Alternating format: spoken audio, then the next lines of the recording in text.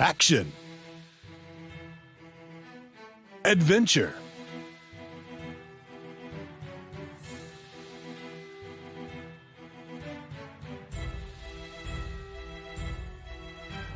Treasure.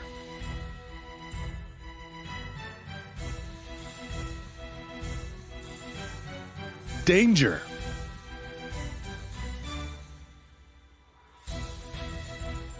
Thursday, September 16th, 7 p.m. Pacific. The most exciting dispute so far. Indiana Jones versus Rick O'Connell. Everything is disputed.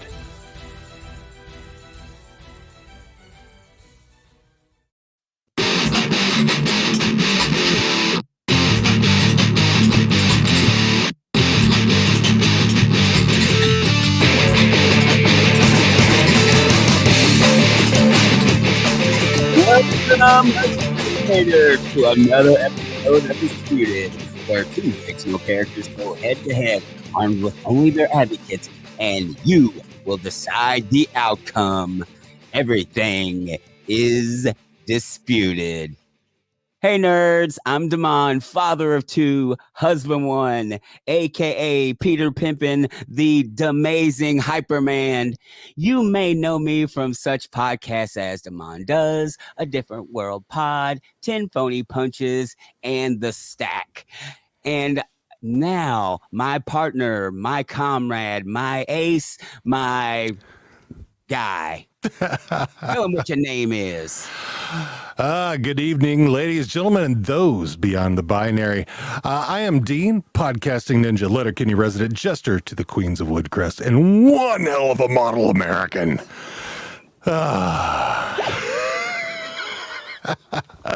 Oh man, so how you doing? We looking good here. You excited? Looking as good as we can look, and it's been I don't think I've been this excited since last episode. Every episode gets more and more exciting. I mean, it does for me. If it does for you, which I think it should.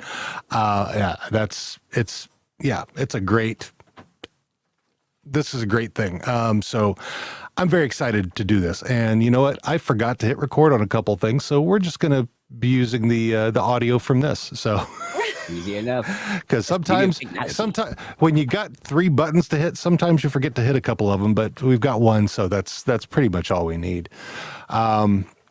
So let's see. Are we ready to do our little our thing here? So let's see.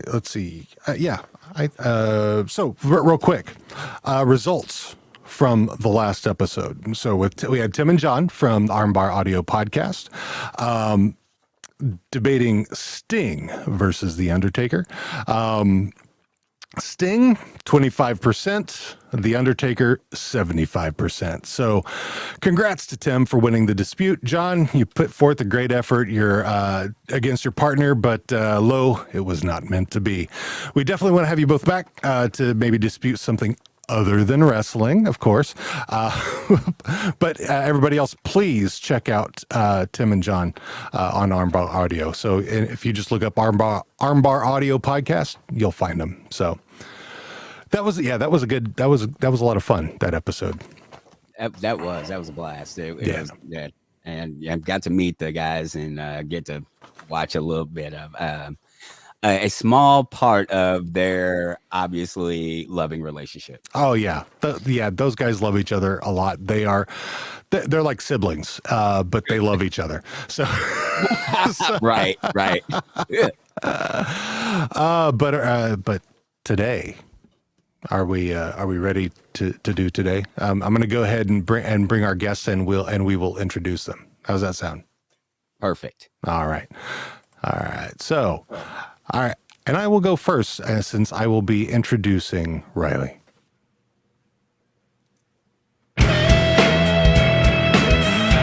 Our first advocate today hails from Seattle, Washington, where she is not only an avid Twitch streamer, but also the creator and showrunner of the Packless Patrons web series.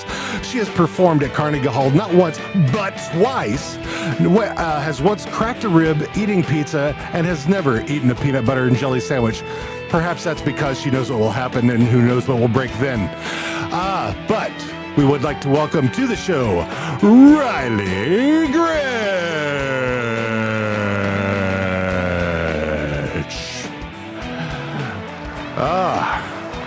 Riley, we're excited to have you here. So, Riley, today, who are you advocating for and why, and what do you bring to the table? I am advocating for one Dr. Indiana Jones. Some may call him Junior. Is this my opening statement? I've actually no. This is just you introducing yourself and telling you why have you chosen Dr. Jones? What do you bring to the table to argue for Dr. Jones? Listen, I think when you're an advocate, you need to know the bad and the good. You need to know your weaknesses and your strengths. And I have a love-hate relationship with Indiana Jones like nobody's frickin' business. How many swear words can I say? Because I need to ask that at the top of the show before my mouth runs away. Hey, that's completely fine. Yeah, I mean, swear words. Yeah. You swear all the damn time. We swear all the damn time. That's right. So we love having you here. Thanks for showing up. We're happy to have you. So yeah. And we'll get all your plugs and stuff once we're at the end of the show. But for now, Demond, are you ready? Oh, God. On advocate for the evening, also occupies Seattle for the moment. Former roller derby maven, educator, and without a shadow of a doubt, the better half of my co-host, to my co-host, of my co-host to my co-host. I'm not sure what the preference was. She once shot a man in Reno just to watch him die. Known to many as Miss Red, Miss Walker if you're nasty, and to Dean, baby girl. Give it up for Tiara Walker! Incredible. Woo, how red is my face? It's almost blending into the background. Right? It's good.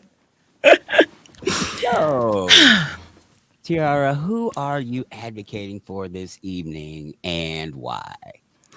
I am advocating for Rick O'Connell, who is the Mummy Slayer. And I'm advocating for him for a lot of reasons, but mostly because he was kind of my childhood ideal of what, first of all, of what I thought masculinity was. Because he wasn't fragile about it at all. He was completely secure in the fact that his woman was way smarter than him. And as a neurodivergent person with a very high IQ, I've had lots of people who have felt less than by me, which is never the intention. And I love seeing that relationship where he's just like, God, that's hot. You're so fucking smart. And also he reminds me quite a lot of my dear husband.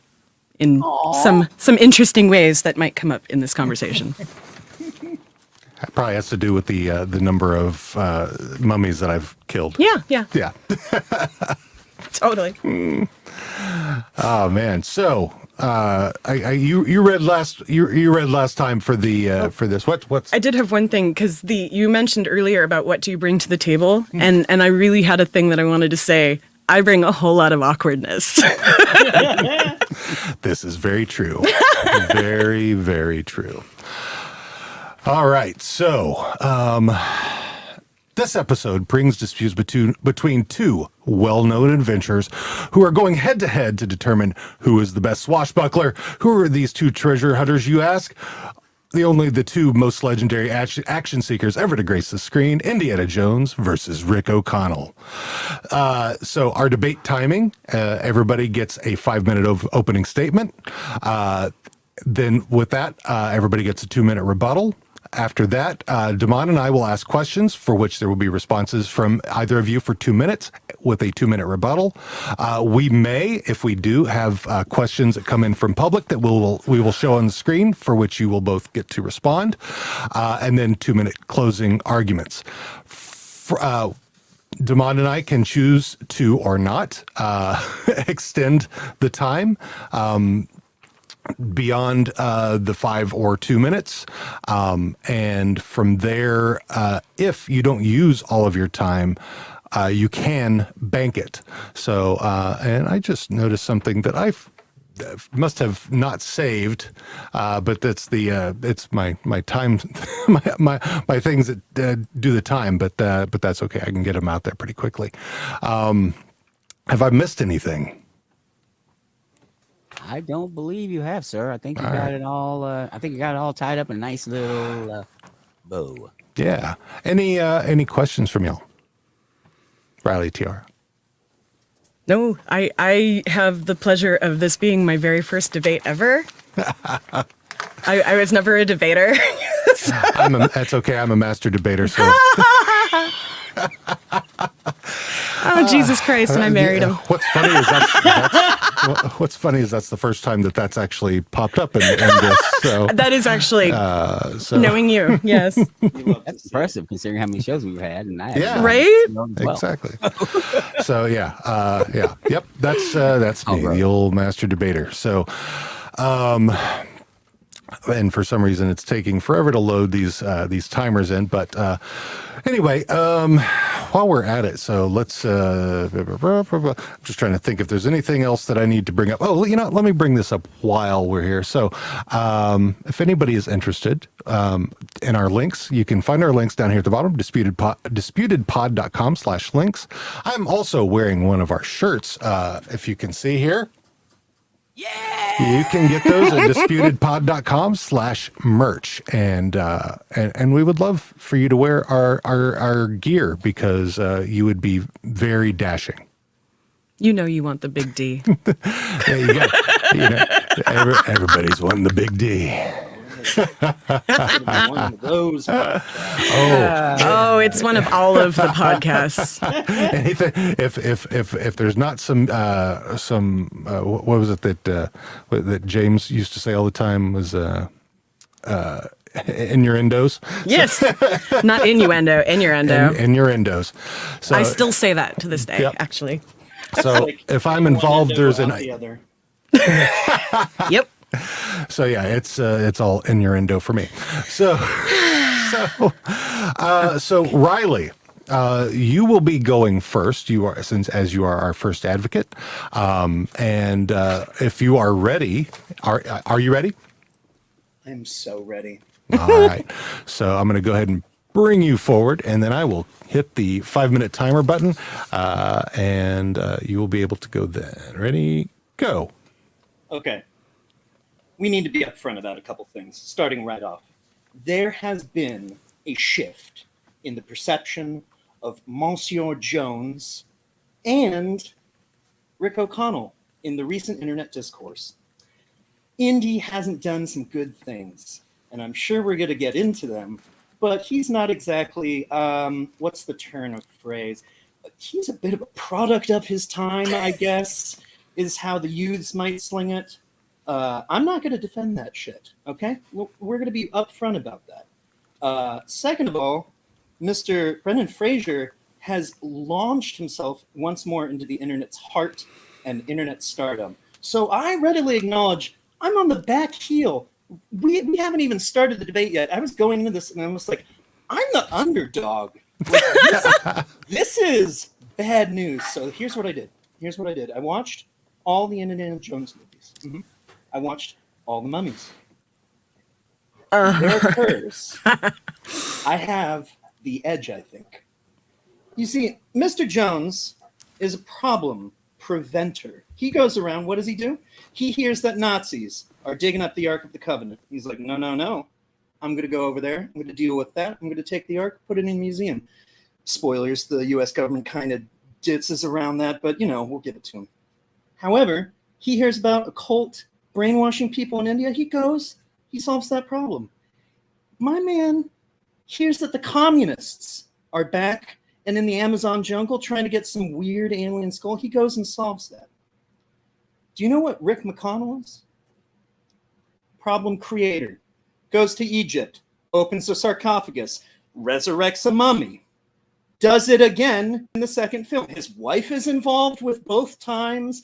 And then, as if a literal biblical plague being called down upon Egypt wasn't enough of an issue, he goes to China, resurrects a goddamn warlord. My guy Indy's out here, he's punching Nazis into plane turbines. My guy Rick, he's resurrecting literal necromancers with slave armies threatening to take on the goddamn world. Indiana Jones solves problems. Rick O'Connell creates them. Boom, I bank my time. All right. So yeah, you've got 2.5 minutes to bank there. Good stuff. All right, let me write that down so I don't forget. All right. So, Tiara, if you are ready. Maybe. So this is the rebuttal of what This they is just your said, rebuttal. right? So ready? If you're ready, go. All right. So the first thing I would say is that Indiana Jones has a colonizer mentality, thinking that he, the white man, can walk into any situation and fix it, no matter who the problem involves, whether it's Nazis or entire cultures that he maybe doesn't fully understand. And he doesn't necessarily try to stop the other people that are doing the things that cause all these, like the Nazis. He just wants to get the Ark for himself before the Nazis. He doesn't try to stop them from getting it. As for all of the stuff that happens around him, I will give you that he finds himself in a lot of issues that have to do with raising the dead. Most of those problems are because his lovely, beautiful, very smart wife doesn't have as much street sense as he does. I would say that he might not be a problem solver, but I don't think he's a problem creator. I would say that he's more of a problem cleaner upper. And I bank that time, I guess. So you get a minute back. I don't think I'm going to need it because I talk so fast. That's all right. But that's all right. Very So fast. I'm impressed. As long as I stay on my, my actual topic. all right. So you get 5 minutes for your opening statement, and Give me 1 second for that. I mean, are you ready? Just put stuff down. All right. If you're ready, Okay. go ahead. Richard Rick O'Connell was born in 1902 in Chicago, Illinois. His father ran off when he was a baby, leaving him with his mother, who died shortly after. Rick was raised in an orphanage, and while there, the Magi found him and branded him with a tattoo to show he was a descendant.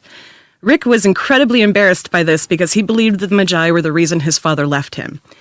He hid the tattoo from sight and never tried to find out what it was or what it meant. He grew up running the streets with his friend Izzy. They were in and out of trouble, leading to a bank heist that went wrong, leaving Izzy in the hands of the authorities while Rick escaped. Rick decided to better his life and join the French Foreign Legion. He believed that this would give him a purpose in his life that he felt he needed. He served in Libya for several years. While in Libya, the garrison learned of the mythical city of the dead and how there was untold fortune to be found. As one, the entire garrison decided to desert together, and they walked from Libya to Egypt in search of the fabled city of gold. They eventually found it, but after getting trapped within the ruined walls, they faced an attacking army of the Magi. The Legionnaire superiors deserted as they were being attacked, leaving Rick to lead the garrison as captain. They killed almost all of them, leaving Rick and one other survivor who had hidden during the fight. The Magi believed the desert would kill Rick, so they let him go. Somehow, he was able to make it to civilization.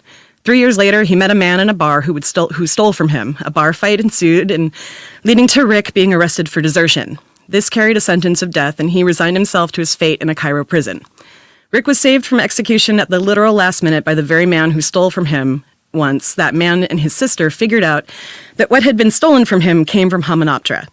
They convinced Rick to take them to the fabled city where while Rick believes this is a bad idea, he feels he owes Evie for saving his life. While traveling, the group met another team of adventurers led by the other member of the French Foreign Legion who had survived. Together, the two groups discovered what was actually in the City of Dead. After teaming up with the Magi, they fought mummies, insects, and the forces of evil to save the world. Later, Rick married the woman who'd saved his life, and they became adventurers together using her vast knowledge and his ability to escape tricky situations. They had one child, a son, who joined them on their adventures at a very young age. They found themselves having to fight mummies over and over again, but they also encountered and fought the Scorpion King, Nazis, and even the Dragon Emperor. Rick earned his reputation as the greatest adventurer alive at a time when Indiana Jones was locked in petty battles with archaeological rivals. Some of the amazing facts you may not know about this hero include the fact that he was a Magi descendant despite growing up in an orphanage. He reluctantly embraced the role, though he did not live as a Magi. He swore to fight the same enemies when they arose. Family and adventure, in that order, are what is important to Rick. He doesn't take himself too seriously and was more or less nihilistic before meeting Evie. He realized that there were more important things than adventures. He had met the love of his life, and the rest didn't matter. The first time he met the mummy Imhotep in real life, he shot him with a shotgun after yelling at him in the face. His only instinct was saving Evie. His worst quality is maybe his choice in friends, with his buddy Benny being the worst of them all, not only betraying his fellow legionnaires by running away before the fight even began, but all of humanity by helping Imhotep kill the Americans who had opened the tomb. For all of these reasons, I believe that Rick O'Connell is the greatest adventurer of all time. And I think if I have any left. You have a minute and a half left. I'm going to bank so much time. All right. So Riley, your rebuttal. And 2 minutes starts now.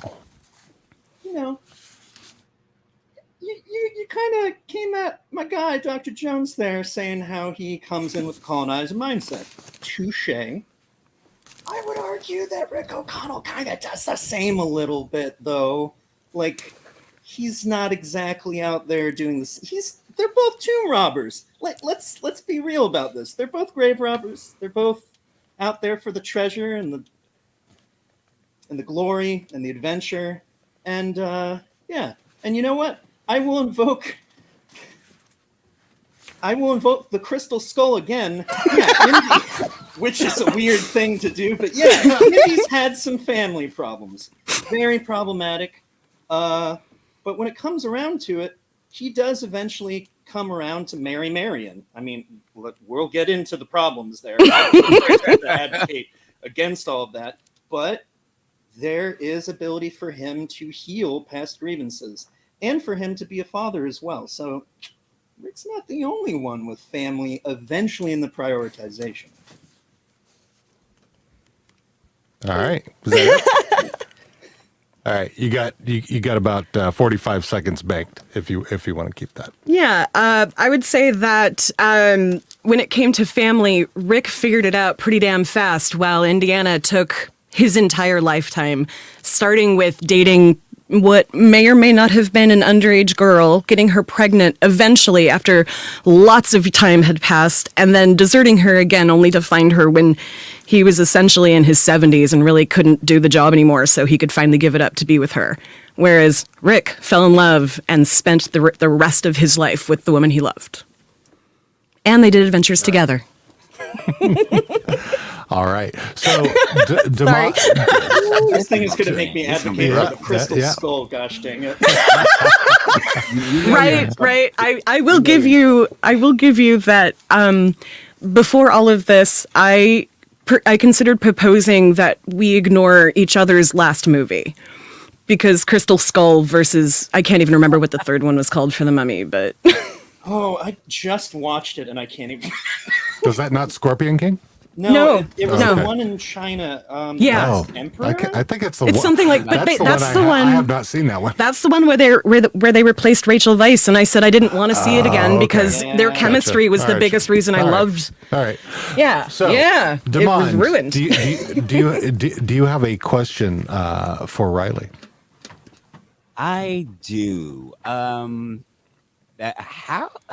So how do you think Indiana Jones would have interacted with, I want to say, Evie? Is that Rick, Evie O'Connell? How do you think he would react? He would work with her? Because both of them, they're both archaeologists, and they're both both hyper intelligent. They're the as far as the intelligence of their respective franchises, clearly she carries the crown. So, like, how do you think they would work together if they were in if they were in a situation where they had to work together. Honestly, I see it going a lot the way it did with Marion in Raiders of the Lost Ark. Sans backstory and baggage. I'm talking like fresh slate.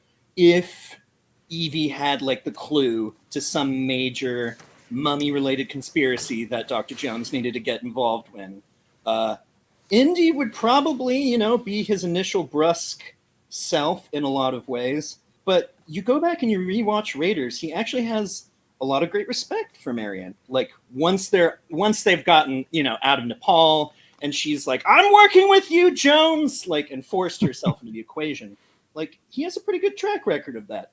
And he kind of has a poor track record in general of like overly trusting women. Shout out to the Nazi he sleeps with and the Last Crusade. Like, so I actually think he would get along pretty well with Evie, like all things considered. Yeah, there'd be a little spark, but Rick had a little bit of a butting heads situation initially with Evie too. Oh, for sure. I think honestly, Indy would be pretty much the same way as Rick did, honestly. Fair enough. All right, TR, rebuttal? I would say that, or you say brusque, I say casual misogyny. I don't believe that Indiana Jones has any respect for any woman until she can prove herself to him, which you kind of said yourself with the way that at first he was an asshole, but then he begrudgingly, like, teamed up with Marion and worked very well with her. He would be like that with Evie, and she would just think he was rude and kind of gross, and yes, there probably would be a spark, but she also would be like, yeah, but you don't get to talk to me like that or treat me that way just because I'm a woman.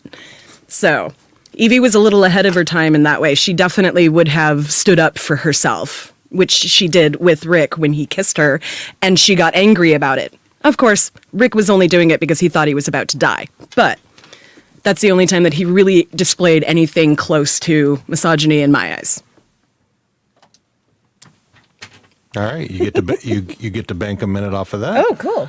All right. There's so much time. So I don't even know what to do with it. well, my question is going to be for you. Okay. So, had Rick O'Connell been taking the place of Indy in Raiders, that scene in Peru where they're going into with Sapito and the other guy, how exactly would Rick have handled that as opposed to Joe? Because Jones came through, he was very meticulous about every little step of the way. I mean, and whether it's, don't go into the light, and all that, everything, with the pressure, all that stuff. Do you see Rick performing in the same way, and if not, how do you see him performing in it? I think it depends on if he's with Evie or not.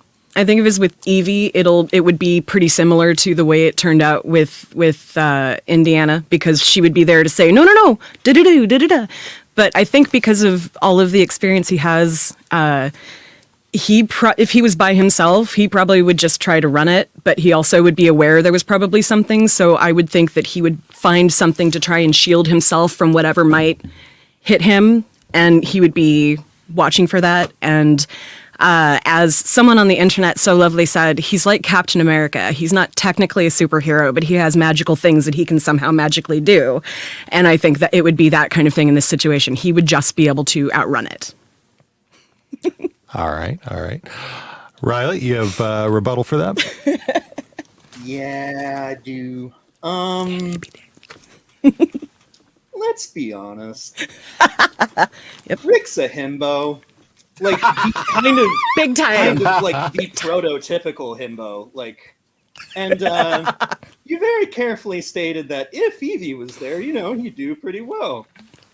If Evie wasn't, I think when Dr. Jones inevitably came through and tried to run that spike trap that pops out with a guy on it, I think there'd be Rick there.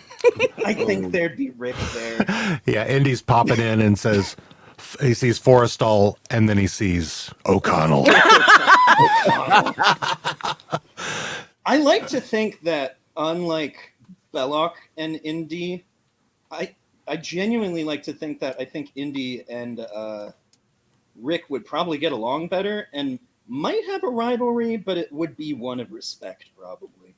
Because, they were they were operating roughly at the same time, just in different areas. True. Can I Yeah, respond to that part? you may. I think that's actually a really good point. I think they would have been fast friends as long as they weren't trying to do the same thing. And the fact that, for the most part, Rick is going to go probably wherever Evie is interested in exploring or or learning about.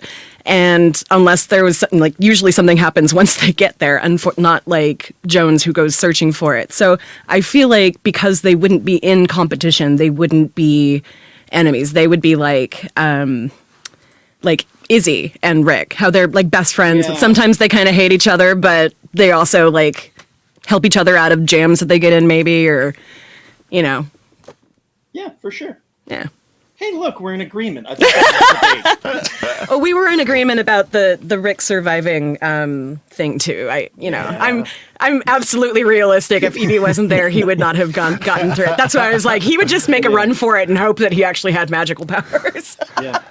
Yeah, that when because we're in the same house, so I got to watch all of these a few times, as well as make the videos that we made.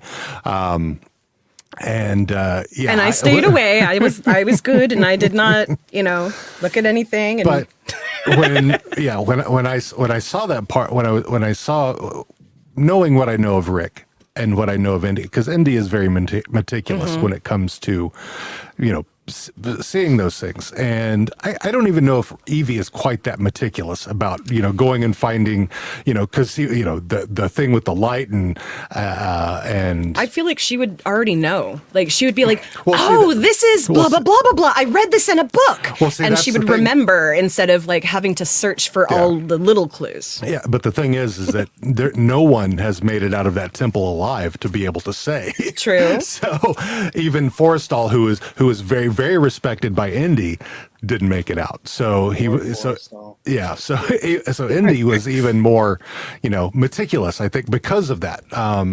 And maybe had Indy died, and then it had been Rick and Evie, then maybe, if Indiana Jones has, made it here and didn't get out, then we might be in trouble. Yeah.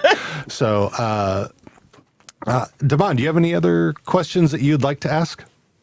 I do not at this time. All right. Just a little side quest.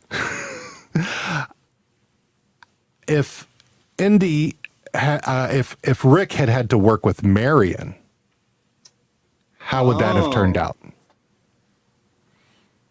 Because I compare. Yeah.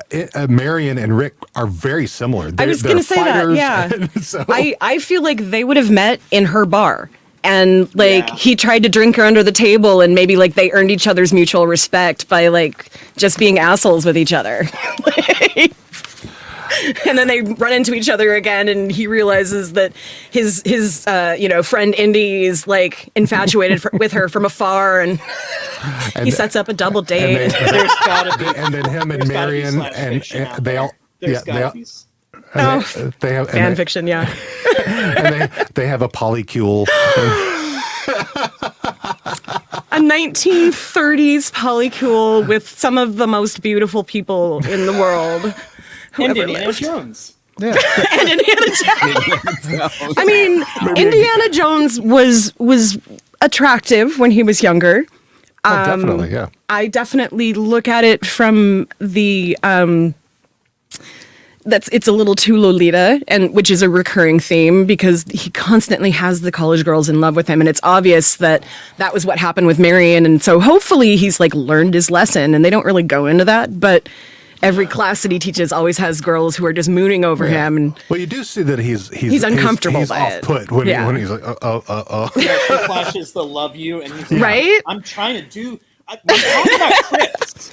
right? Talking about Chris. He's conventionally attractive for that time period. He was the perfect person for that role because he had kind of the everyman good looks plus like the dashing adventurer looks, and like whereas with Brendan Fraser as Rick O'Connell, he had kind of unconventional looks in a totally different way. Like not in like the rugged way, more of like the you are too pretty to get in this situation kind of way. But somehow like they hired the George of the Jungle guy because they thought that he had a great idea of making it a little more like making him not, take himself seriously.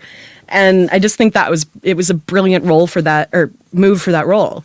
So like, whereas Indiana Jones definitely takes himself seriously. He takes himself so seriously. Seriously. I because I figure if your whole thing is getting antiquities for your museum, that belongs in a museum. And then, Proto Christian Bale Batman. yeah, and his higher education, so he does, he's known for doubling down on all of that. So when he's got his passion, same with Rick, but they're just different. They're in different directions. Yeah, and Indiana's knowledge is kind of broad, whereas Evie's knowledge is very Egypt centered, and like basically the entire history of Egypt is in her brain, including a past life. Casually. Like you do. Like you do.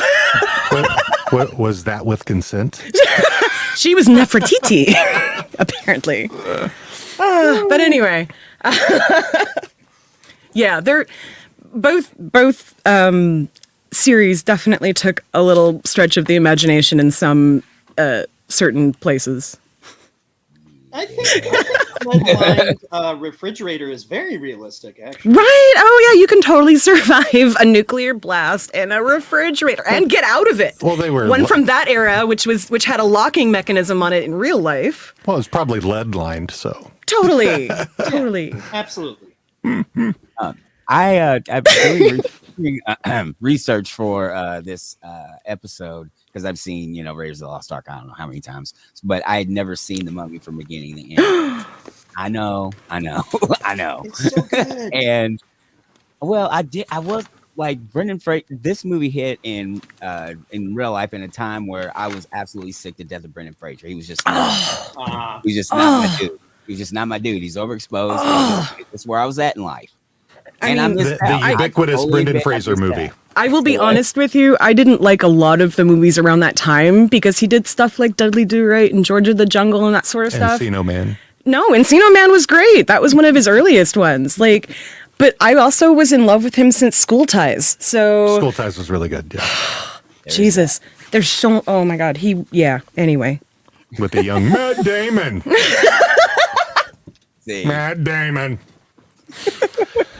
But it felt like The Mummy was if they took Indiana Jones and updated it for a closer to a modern audience, because Indiana Jones is was like a throwback to or an homage to Doc Savage, where he could do everything. That's what I was saying, because Tiara had never heard of Doc Savage. So once you're old like us, but the Man of Bronze. I think they're actually they're going to be doing Doc Savage with The Rock.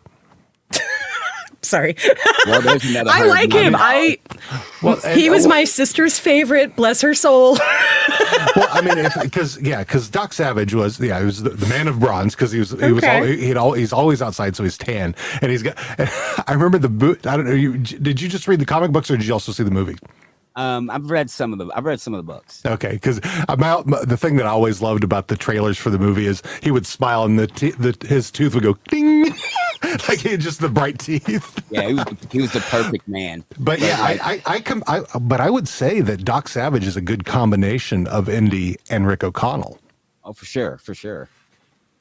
And it just I'm sorry. I think it Okay. It took kind of Indy, and then like, okay, let's make him a team player. And so Rick and let him fall in love. That too. And Rick is more of a team player. He has a better He's a soldier. His resources better. He's a soldier. Soldier versus academic. Right. Exactly. So he's a soldier, so he's learned to rely on his mates. So yeah, that makes a lot of sense. That Rick but also the bruiser versus meticulous mentality, because he didn't grow up educated. He grew up in an orphanage and was kicked out at 18 and did robberies with his buddies because they needed money to survive. And then he joined the French Foreign fucking Legion, and like literally like he hadn't experienced life. He hadn't done anything really other than be a little dumbass. And whereas Indy, by the get a time, tattoo as a child. well, get tattooed as a minor, exactly, without consent. But yeah, Indy was an academic, and his father was an academic, so he grew up in that. Like, he had access to vast knowledge of, universities and, his father's own libraries and the things that his father would find. Whereas Rick didn't grow up with a father and he learned everything he learned on his own. But also when he met Evie and fell in love with her and saw just how brilliant she was with what her special interest was. Him. Well, her special interest got interrupted by him, but I fully say that Evie was absolutely an autistic woman because all of that. But anyway, I digress. You watch this again, aren't you? Yeah, but yeah, and I think that whoever wins this should have to go against Doc Savage. So, I mean, I'll watch a movie that came out before I was born. Yep. I regularly do. I do too, but Yeah. What if I can find it? that's I the don't know question. I don't know how many they made. I think they made a couple of Doc Savage movies. I could be wrong about that. Oh man. I just looked it up, but I didn't look. But yeah, and yeah, there was a discussion apparently. I mean, I know that discussion happened between Kasdan and Spielberg about how old Marion was supposed to be, and so that was their decision that they made her 10 years younger. Not only that, Now- I mean, so they at least hired an actress that was 30. She was 10 years younger than Harrison Ford. Then at 20, that's reasonable. But like all of the conversations about it were like when she was 11, when she was 12, when she was 15. And I'm like, how many men in that room discussed this person having a relationship with a very underage child and thought that was okay, even at that stage? Like, Well, Lolita was out by the time this movie was made. Yeah. They knew that story. But I will say that, because one thing I did look up, it was at that time, the average age for a girl to marry was 20 years old. So it wasn't drastically different from her. I mean, it's not different now where it's almost 30. So. True. And which would make sense if why Marion thought, oh, I'm going to marry this man. This is going to be the love of my life because I am the age that you meet the love of your life if you marry at 20. And then when he meets her again all those years later, she's like, I gave my heart to you and thought that we were going to be together, and you broke it and you stomped on me and you left. And then he proceeded to do it how many more times? Yeah. Before they ended up together? Well, yeah, it's like you said, like Riley said, a product of his time, which is, I mean, is not ridiculous because when I look at my mom and dad, my mom met my dad when she was 17, and that's kind of where they started. So it's not completely surprising. Yes, it ended in divorce. True, yeah, but today, that's true, yeah. But today's lens, yeah, it's very, very creepy. Back then, I don't think it probably wasn't so creepy looking back at that time. Well, that's also the time period where people were excusing and kind of promoting the fact that 12 to 15-year-old women were following around rock stars around the country and sleeping with them so that they could, be famous by proxy, and it was okay. Oh yeah, totally. So, Bowie. Yeah. You can't even, that's not even, because it would be an inexhaustible list. True. Elvis. Let's go back even farther. Jerry Lee With his cousin. was- with his cousin. That's Oh my different because God, they I was forgot family. about that. That's definitely family. That's the South. That's Woody Allen. That's like Oh, Uncle it's Ruckus family says. too, never mind. Do you have any more questions, Damon? I don't. This All is- right. So, Tiara, 2-minute closing statement. All right. Instead of a closing statement, I just wanted to make a few statements. Please remember that Indiana Jones smacks short round. Please remember that Indiana Jones did work with the government to hide and cover up the Ark of the Covenant, along with how many other artifacts we don't even know. Keep in mind that at one point, Indiana Jones takes a woman named Willie hostage. To Indiana Jones, other people are collateral damage. For Rick, they are the reason to keep fighting. Again, Rick O'Connell is the GOAT. All right, then. Riley, your closing statement, please. Okay. All right. Okay. All right. Okay. Yeah. Okay. Listen. Throughout this debate, there has been an argument made that Rick O'Connell is the superior adventurer because of Evie's presence. That's great. I love that. But as we sort of like went over with the whole rolling rock bag of sand situation at the beginning of Raiders, you take Evie away from Rick O'Connell. Does he go toe to toe exactly with Indiana Jones? And yeah, you're right. He treats people like collateral.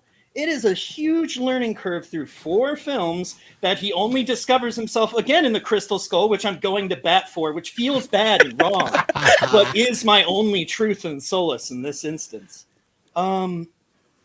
Whereas Rick is fast to embrace, Indy is independent, does things on his own. His big learning thing is to allow people in. Insulated in a world of academia, insulated in a time with a negligent father who he somehow was able to come up and be his own man. He has his own problems. I will not dispute that fact. But is he the single better adventurer of Rick O'Connell and those two? I gotta go with my boy Indy on that one. All right, then. Well, I guess that settles that.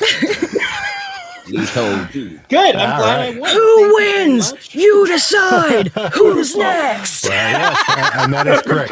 battles of her summer. You do get to decide right now. Voting is open. You can go to disputedpod.com/IndyVRick, INDYVRICK, and you will be able to vote. Who won this debate? Was it Indy? Was it Rick O'Connell? This is up to you to decide. So Damon, yeah, what do you think about all this? This was another great episode. We had Indiana Jones, problem solver, versus Rick O'Connell, problem cleaner upper. We had family man versus single man. And we have adventure, we had treasure, we had insanity, and we talked about how Indiana Jones was a product of his time. And I had a blast doing it. And anybody else who sees this or hears this who doesn't, you gotta check your pulse. I don't know what to say. So very true. Yeah. I had a blast. And so Riley, Tiara, thank you for showing up today and hanging out with us and doing all this fun stuff. So Riley, since you're our remote guest, you have anything you'd like to plug? Anything that we can, and all this will be in our show notes, so I don't have to write it down immediately, but yeah, do you have anything you'd like to plug? Yeah, I'd really like to plug original grilled cheese sandwiches. I'm talking white bread, sharp cheddar, and butter, just the way Mom did it. You know, you put that little thing on a skillet, top it with like a pot pan. That's the real stuff. So I'd really love to plug original family style grilled cheese. I'm all for that. That sounds good. You want one of the? You're looking. What are you thinking about that, Damon? This from the person who mentioned Indiana Jones, who referenced Indiana Jones in the Kingdom of the Crystal Skull 3 times. How many times? All right. The fact that it was relevant just amazes me. What is so wild is like, yeah, once you take it into account, like the Crystal Skull is kind of a good film for Indy. Like, in a If lot you of take out ways. some of the Yeah. bullshit, definitely. Yeah, But like, it there's a lot wrapped of up a aliens. lot of stuff. It wrapped up a lot of stuff, and Oh, and theoretically passed it on to Shia LaBeouf. Oh my god, I would never advocate for him. Close your mouth. And about grilled cheese sandwiches, real quick, and I will quote D.L. Hewley on this one. Government cheese bakes the best motherfucking grilled cheese sandwiches. All right. Which cheese? Government cheese. Government cheese. Hell yes. Government. I agree. Government. Government. You be Government. it. And for dessert, can I advocate for cinnamon sugar toast? Because that was literally, when I Yeah. was a kid, that was the only dessert you would get. You'd get that Wonder Bread with the butter, a little bit of maybe melted if you're really lucky, and then you sprinkle the mix on it and you eat that shit like it's like a birthday cake. It's so good.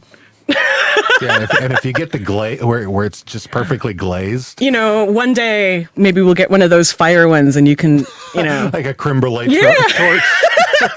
Can we do the sandwich Fancy. advocate episode? We can definitely do a sandwich. Digging it. Yeah, Oh man, oh, that was good. you get me a French dip, and then I'm French I'm dip. going after you. Dip versus Cuban. I can't be in that episode. I can't. I deconstruct all of my sandwiches. Yeah, you do. He thinks it's hilarious. Oh my, really? Huh. Well, except for peanut butter. But Yeah. So Tiara, Yes. do you have anything that you'd like to plug? we've got the Boondocks podcast. We've got How Are You Now podcast. They're all, and this one are all found at the Podskier Network, and Podskier podcast is also on that. And other than that, my entire life is great as grad school and getting ready to move. So All right, then. Well, yeah. Damon, do you wanna do a little cleanup there? Play some cleanup. Is there music coming or just talking? Just talking right now. There will be music coming, but it's just talking right now. All right. Love. We'll put it in post. Anyway, tune in next time as we dispute the best secret agent on film with advocates Nikki Horick from Crispy Pickles podcast and co-host of the Produce Stand podcast, Squirrely Matt. So until next time, I'm Damon. I'm Dean. And remember, everything is disputed. Thanks again for joining us. And we'd also like to thank our guests. We would also like to thank those who make the music that make our show so great. We have Hard Fight by Tajirajus, Fight Club by Evil Bear Boris, Fight Makes Right by Atake, and This Party Sucks by Done With Fish. You can find them all on freemusicarchive.org. Also, you can find us and all of our information on disputedpod.com/links.